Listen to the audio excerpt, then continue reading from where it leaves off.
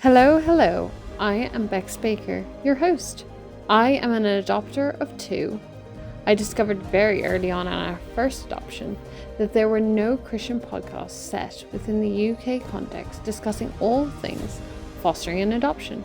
On this podcast, we are going to talk to people across the 4 nations of the UK about their stories in relation to all things fostering, adoption, kinship care, supported lodgings, all things vulnerable children. Every story is unique and beautiful as to how God is working in the care system across the UK. If you would like to share your story, please contact us via email or DM us on Instagram. This is Families Made Differently. Hello and welcome to Families Made Differently. I am joined with Tamsyn this evening. She is from Home for Good, but I would like her to introduce herself more thoroughly.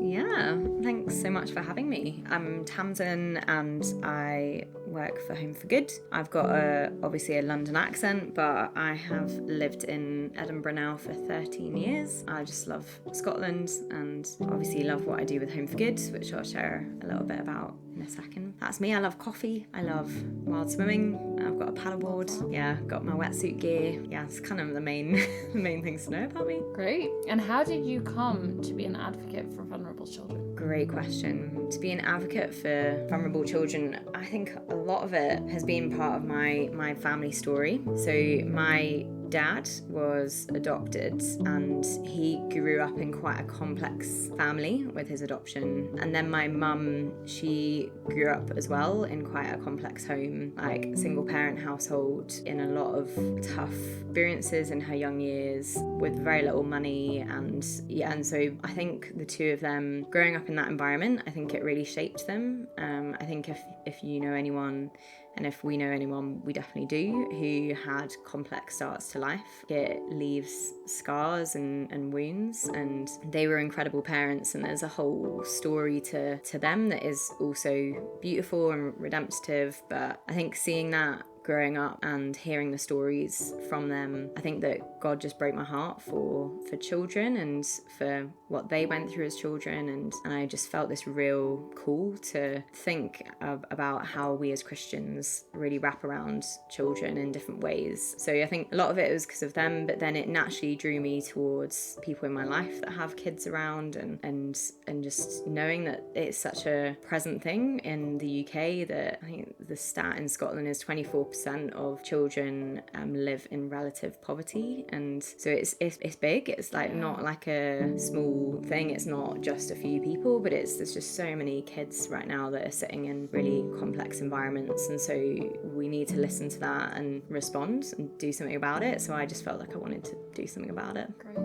Does their story also, along with breaking your heart, does it also fill you with hope that change and advocacy can work almost? Yes, absolutely. Because I think if you're going to do anything good in the world, you need to know there's hope within it. And for me, my parents, so they had this really complex start to life, both of them in different ways. But it was really phenomenal that they met Jesus as teenagers. So both of them came from secular homes. My dad, he actually saw someone at school who looked different and acted differently to everyone else around him, and my dad said that he was like, there was just something there that was just like peace, and didn't know why, and so he went up to this guy at school and said, what's going on, like you've got something different about you, and I can't pinpoint what it is. And thankfully this guy said, well, I'm actually a Christian and I believe in Jesus, and so are you interested in that? And my dad was like, yeah, I'd love to find out more. And so went to church with him and really quickly just fell in love with Jesus himself and started engaging with church life and faith. And then my mum at the same time went to the same youth group that my dad went to, started going mainly because she had the hots for my dad, took to him and thought he looked a bit nice, went along. But again, for her, she found Jesus through going to that youth group, and for both of them it really changed the game in terms of the story that they sat within. And for them, coming from the upbringing they had and the trauma that they went through as children in different ways, and the things that they had to sit within, moving into the family of the church meant that they were brought into a new identity, and they were brought into safety that they didn't have before, that the church community really wrapped around them, and they said, like, we will be your family. And it meant that when we were born, people decided we're going to be their auntie and uncle and grandparents, and none of them were like genetic. It meant for all of us, we had this kind of chosen family, and it meant that almost within one generation there was just a huge amount of healing, and where it wasn't just my parents' parents, but it was their parents and their parents. Like, there was just chaos, like, through the generations of both my parents' families. But when they both decided to be Christians and join the family of the church, like, it changed the game. And it's like, not everything, and they're not fully healed from everything, and there's still reality of trauma and hurt from childhood, but within that there is huge hope, huge restoration that has happened. And so for me, that drives everything I do, because I'm like, I see that there's hope within this, and that so many people just believe that hurt people, and that there's just this cycle that happens through the generations. And it does happen, but like, I have seen firsthand that when Jesus gets involved and church wraps around people that are feeling isolated or that have never been parented, so have no idea how to parent, like, when the church steps up into that space, like, it can really bring so much life and healing. So that's why I do what I do. Like, I'm really passionate about what I do, and I'm really grateful that God has done so much in my family. And so you work for Home for Good. And I do. Do you want to tell us who they are? Yes, so Home for Good is a organisation across the UK that has been all about how the church steps up to welcome people into their home, welcome children into their home life, whether that's through fostering, adoption, or supportive lodgings for teenagers. So it's about that direct home for children. We've got currently 38,000 children in our care system across the UK. It's the stat at the moment is that one child every 14 minutes enters our care system, which is not okay. Like, we as the church want to do something about that, and we as Home for Good want to help the church to do something about that. It's not just about direct homes for children, but it's about how we mobilise the whole church to play their part. We believe that we all have a part to play to be that village that raises the child. I'm sure you might have heard that phrase before. It's a good one. And so we want to help to support and equip the church to be all that God has called the church to be that family together. Like, Psalm 68 is a psalm that we use a lot, and it says that God sets the lonely in families. And so that's like a real strapline for us as Home for Good, is that God sets the lonely in families, and currently there's children who don't have a home to call their own. We want to create spaces where people can explore what that means for them, and we don't want them to do that alone, but we want them to do that in the structure of the church. So that is Home for Good. No wonder you were drawn to them. It like mirrors what you experienced the church doing so well as a child. So absolutely. What specifically do Home for Good do? Home for Good, I guess there's three really key things that we would do. So the first one is around directly working with current foster carers, adopters, supportive lodgings hosts. With current networks, it's about supporting those guys. It's about setting up support groups in churches so that we can connect people together. So if there's a bunch of carers in the church, then what could it look like for them to meet together to intentionally support each other? What does it look like for us to do that across the UK? But it's also about journeying well with people that are considering directly fostering, adoption, or supportive lodgings. So one of the kind of flagship things that we do is called the Foundations course. So anyone that's considering whether they want to do this in their home, like whether they're a single person, a couple, or a family, then we really encourage people to go on our Foundations course. They run all the time. They're free online. You can look it up on our website. And so that's the first thing we do, is that we want to support current and potential carers. The second thing is that we want to equip church leaders and church networks across the UK to realise God's heart for children who are currently in care, children who are care experienced. We want to equip church leaders to see God's heart for kingdom living, for generosity, hospitality, what it means for us to be family in the kingdom-centred way of family, and not just in the nuclear genetic family sense, but actually what is God's call for us to be church together in kind of gritty day-to-day life in the UK. And so we run training and we get church leaders together in order that we can equip and support, and got like packs and resources for churches. And so yeah, that's the second thing. The third is that we know that we're one part of a very big, quite complex and an amazing system in the UK. So we work with social workers and local council, we work schools and GPs, and we work at the government level and within Westminster and across Northern Ireland, Scotland as well. Like, we want to work with MSPs and MPs to think about how do we create systemic change so that the voice of the child is really heard at the top level in order that we can advocate and create change that blesses people on the ground. So the first, current carers and potential carers. The second is all of our church networks, and the third is advocating for systemic change from the top down. Yeah, you've had some quite successful things come out of your advocacy within government, haven't you, as well, as an organisation? Yeah. So in Westminster, there's just been like some really great wins. So one that's been a really good win is people that are self-employed. It's really tricky for them to be approved as foster carers, and there's so many people that we would know who are like really steady people who would be in a great position to foster and are self-employed. So we've had some really big wins in that area. Post-adoption support, there's been really big wins for us. Supportive lodgings, really huge wins. So in England, and it's something that we're setting up for Scotland, we've created a supportive lodgings network. We've got, I think it's like 155, but I might have that exact number wrong. But we've got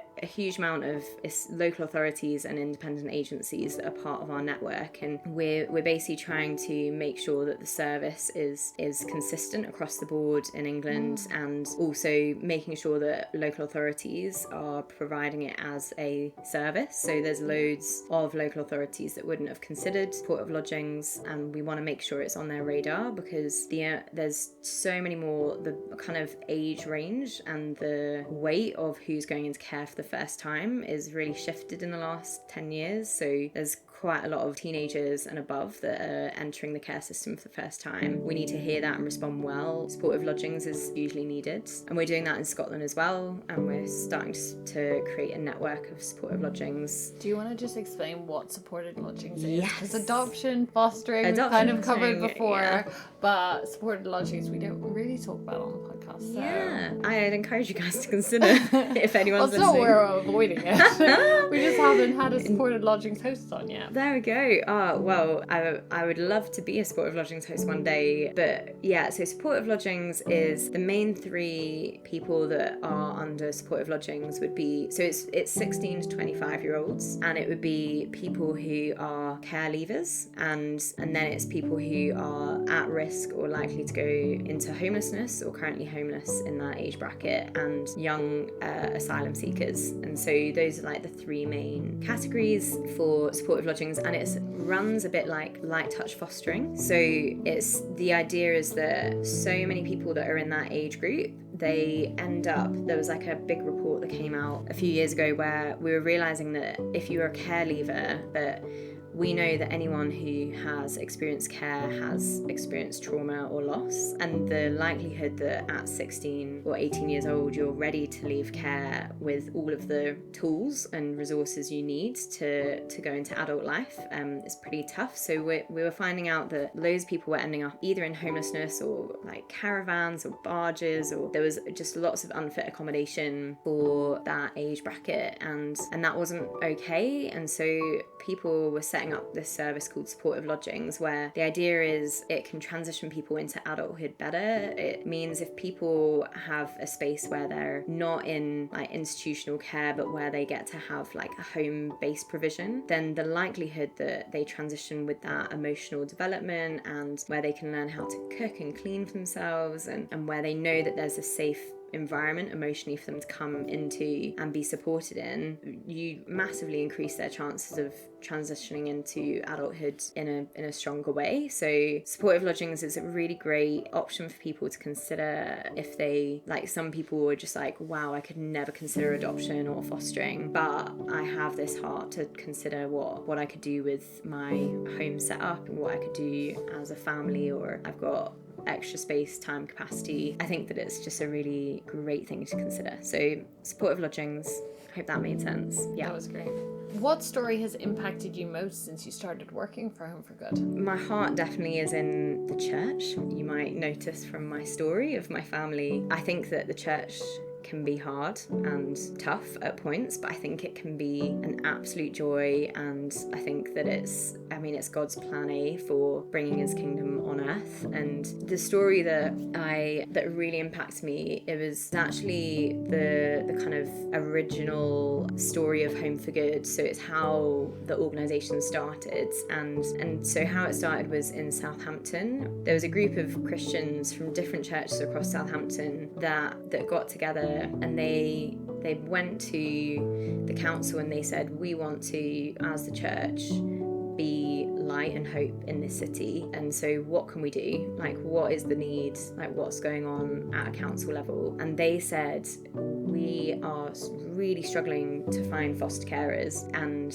like, we need, like, the pressing need is that we need 40 new foster carers, like, right now, because there are kids who don't have anywhere to go and they're sitting waiting for a foster carer to say yes. The Christians were like, gosh, this is not okay. Like, we had no idea this was a need, and we as Christians, with the heart of God in us, knowing that everyone is loved by God and that they are welcomed into the home and into family, like, we need to do something about this. And so they cut up 40 keys to symbolize 40 new homes for children, and prayed over these keys, and they were like, God, would you open up 40 new homes? And they started rallying the churches together and sharing the story and sharing the need and sharing God's heart. And like, I think it was something wild, like a month or two, people just caught onto it, and really quickly people responded to the need and said, we will do this, we're going to train and we're going to become foster carers. And so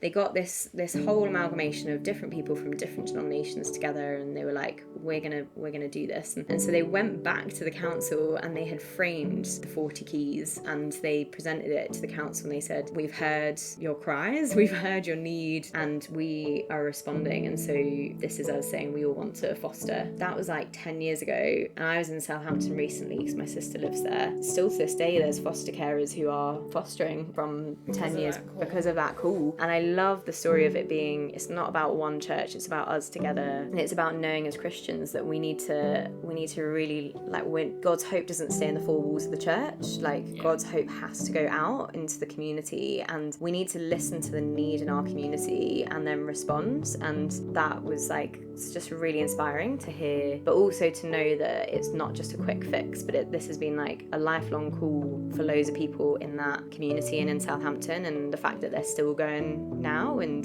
that was something that God put that seed in people's hearts, but it's like still there fruit, and still bearing fruit and still blessing kids today. Like, that was just really stunning. Yeah, I wonder if almost countrywide, if we knew exactly how many, say, like, I went to my local council and went, how many foster carers do you need? Like, how many are you short? Yeah. And then went to local churches and went, they're only short 10. Like, between us as like a church network in our local area. It just makes it feel, although when you hear the like national statistics, there are thousands of foster carers short. Yeah. But like on a local level, you're like, could we just fix our local area's problem? Yeah. And you're just like, yeah, numbers like that would be helpful. Yeah. Because like, the goal. Yeah. The goal was 40. Yeah. Like 40 doesn't feel like that big of a number. Yeah. It depends how big, I guess it depends how big your churches are and how big the network of churches are. But like 40 is not that big a number. Yeah.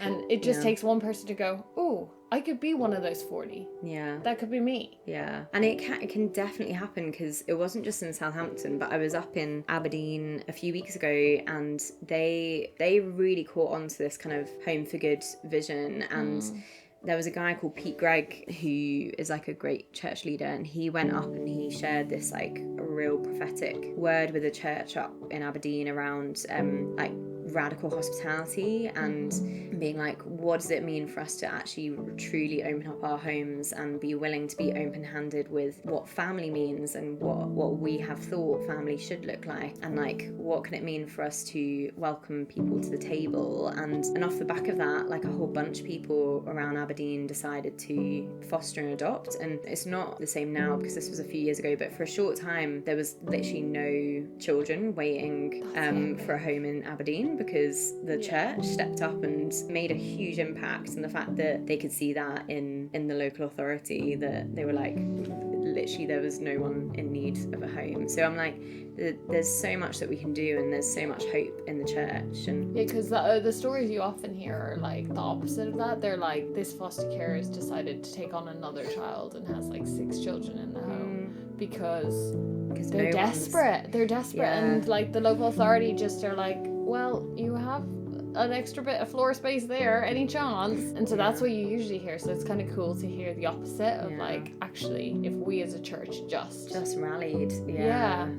And we need to hear both, because we need to hear, like, because that's heartbreaking. The desperate need is obviously what almost fuels us to rally. Yeah, and what I find heartbreaking is that, because I chat to a lot of social workers and Christian social workers who call me, and they're just like, we don't understand how few Christians are getting involved. And so there is those moments where like the church really hears that call, but there's also those spaces where where is the church in this space? And so I think some of it is just we don't know, and like and we need to talk about this more and share the stories. And some of it is that we do get comfortable and get familiar, and that like as Christians it is like, how do we challenge ourselves to think beyond what is known and what's familiar, and choose to live differently, and that is tough, and that's a sacrifice, but and God often grows us way more outside of our comfort zone than in it. Absolutely. So sitting all comfortable in our like 3-bed house, just 2 adults,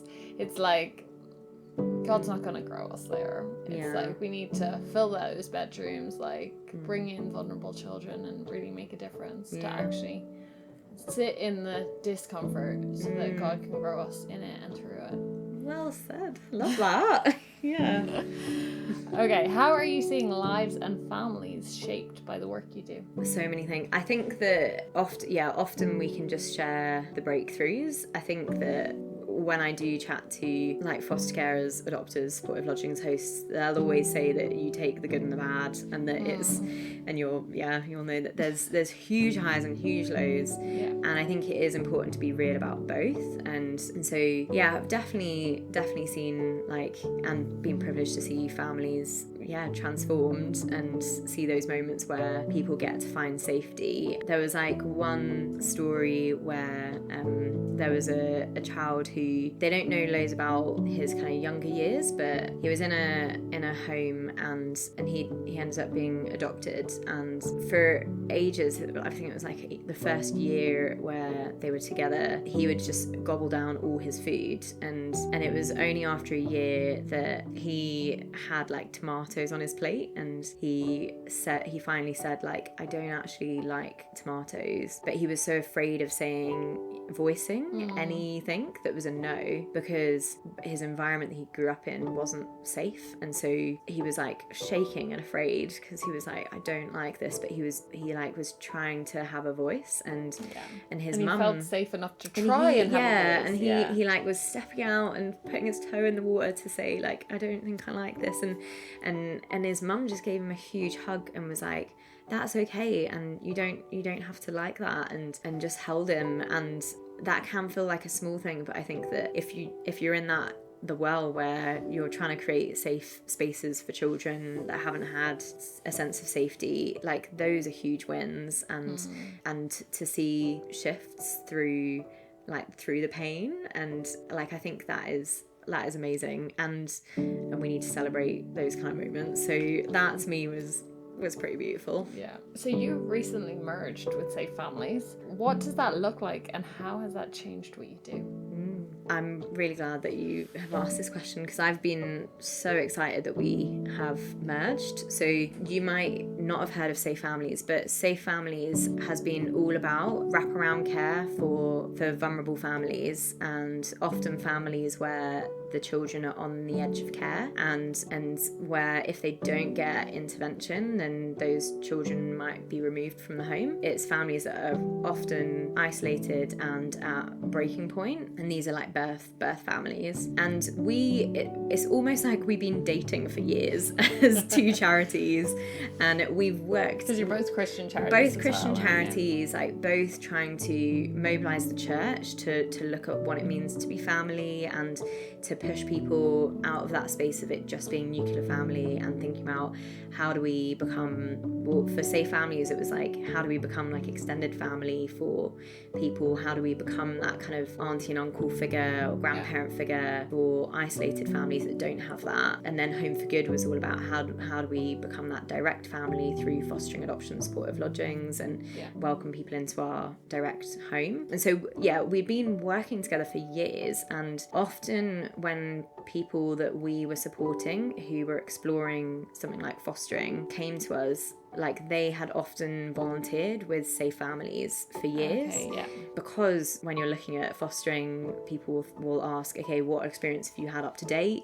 And people will think, okay, well, I need to have some kind of experience of supporting a child that's not my genetic child, and so they will look to Safe Families. So we'd had a lot of people have their route to considering fostering or adoption would be through them volunteering with Safe Families, because their model would be that you volunteer to get around a family, and that might be that you support the mum, take them out for coffees, be a friend to them. It could be that you take the kids out to give mum or parent a break. It could be that you make meals for the family. If they're struggling to cook, you kind of fill a practical need, do some gardening, whatever. But it's anything that would be about wrapping around and supporting that family. And they would do that through the church. So they would just go to church and say, look, we have this many families in your community that really need support. What could it look like for you to get around them? And so what it means now coming together is that it means that our kind of model as we go into churches is, well, I'm biased, but I think it's great, because we're now able to say, like, genuinely everyone can play their part, and it could be for an hour once a week, or it could be a lifetime through adoption or permanence, but everyone can play their part. I believe that there's so many people in the church that are like almost untapped potential when we look at what it means for us to be family together, and that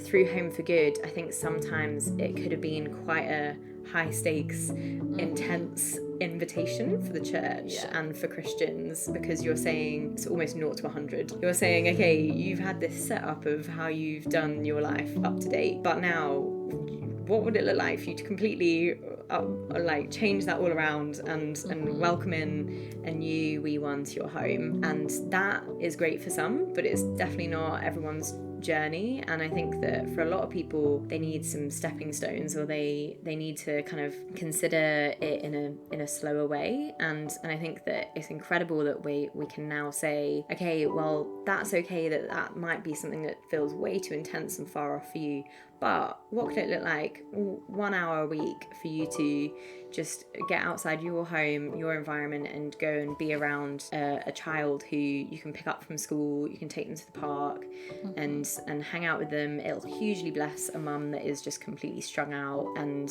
then I think that what happens is that when you get close to a story in a family, I feel like God breaks our hearts for what breaks his once we understand and see for ourselves, and that for a lot of people we just don't understand or see for ourselves, as we were saying before, that often we just don't see the need. And so now that we together can say, okay, don't worry, like this isn't for everyone, the adoption, fostering, supportive lodgings piece, but it means that we can kind of rally more of the church together, and in terms of we can all play our part. And it means that we can do this picture of, okay, messy, complex church family, like we can do that. Everyone has a different piece of the puzzle and a piece of the body of Christ to be called into. So for some it will be fostering or adoption. Like for me personally right now, like I don't have a spare room, I don't have a home environment where I would be approved as a foster carer, but I can like look after a child once a week, and I can get around another family and support them. And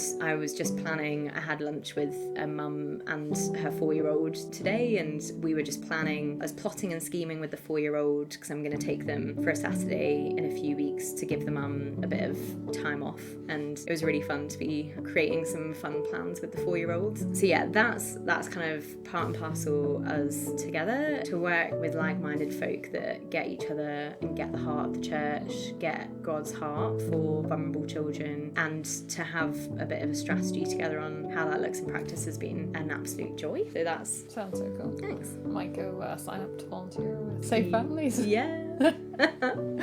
Very tempted now. There we go. Sorry, Jack.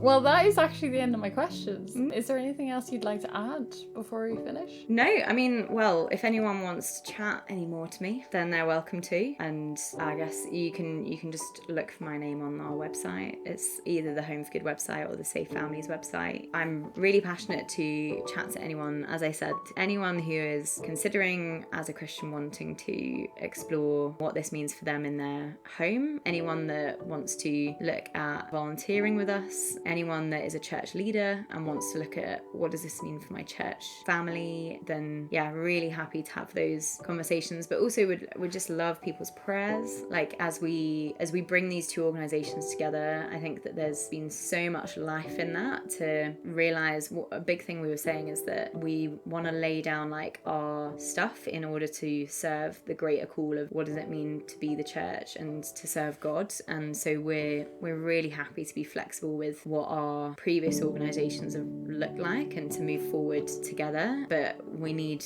God in all of that, and we need prayer. So please do be praying for us, because we really value that. Yeah, and just thank you for having me on to chat, and really appreciate. And it's just even just sharing in these stories out loud again, I'm like, I just have so much hope in the world of vulnerable children. And I think that there's just so much that we can do in terms of the church to get involved, and to, I think that as much as we can be supporting each other, being real in the hard places and celebrating in the good, I think that is what church life should be about, shouldn't it? And being a Christian is being in the highs and lows, and not being afraid of the mess together and the complexity together. And yeah, so I'm excited to see what happens from this for the next few years, but need your prayers. So that's exciting. Yeah. So what area are you over? Just so to clarify that, because you've said people should call you, but they should probably call their area lead. Yeah. Call me anywhere. Yeah. The whole of the UK. Call me. Let's go. So my remit is I oversee like all the church networks for Northern Ireland and Scotland for both Safe Families and Home for Good. But just look on our website and they'll put you in touch with the right people. And yeah, definitely I think the Foundations course is a great one. So if you are trying to journey this through, even if it's just for like years to come, it's like a 6-week course that helps you to think about what does it mean to be trauma informed, and to like understand children who are care experienced and not to have that saviour complex, and what does it mean to do this within church structures, and actually what are the social work systems and all the processes that happen from initial inquiry all the way through to panel, like what does that look like? It's a really helpful space, and so I just really encourage people to look at that, or to chat to me if you're in Northern Ireland, Scotland. I'm happy for chats with people from elsewhere, but And there's also the inquiries line as well, which that team is epic. Oh, I have relied on them a few times. Yeah. I still am like, shout out to Beth. Oh, yes. I emailed her the other day and I was like, here's an update. Like, she's like, we're praying. And I'm like, I know. Yeah, our It's inquiries great. team are pretty epic. They're basically a team all focused on how to support people directly who are considering fostering, adoption, supportive lodging. So a lot of them are like social work experienced, but just like absolute specialists in their field, but just also prayer warriors. And I've never met people that are so like sharp in terms of the kind of legal structures and their knowledge of stuff. You can just ask them questions being like, I don't understand this, and they'll know like exactly what the answer is, and then offer to pray for you, like back it up with that, and you're just like, yes, this is awesome. Absolutely. What a resource. They've got like a phone line that you can find on our website, and so you can just call them or email them, but I think often people like calling them before approaching their foster adoption agency or their local authority, because you can just kind of ask questions, but also you can ask questions with that faith kind of voice. And so I'd recommend, love that you know Beth. She's amazing. She is amazing. Okay, well, let's finish there. Thank you so much for coming on. Thanks so much for having me. Please make sure that you follow us on Instagram and turn on your notifications wherever you listen to your podcasts. Families Made Differently releases a new episode on the first Friday of each month at 9 a.m. Please comment on the podcast or slide into our DMs with your favourite bits, what inspired you, any questions you have, or if you too would like to be involved. We really appreciate your listening ears and continued support. This was Families Made Differently, the podcast designed to share stories from Christians in the UK whose lives and families have been shaped by fostering and adoption.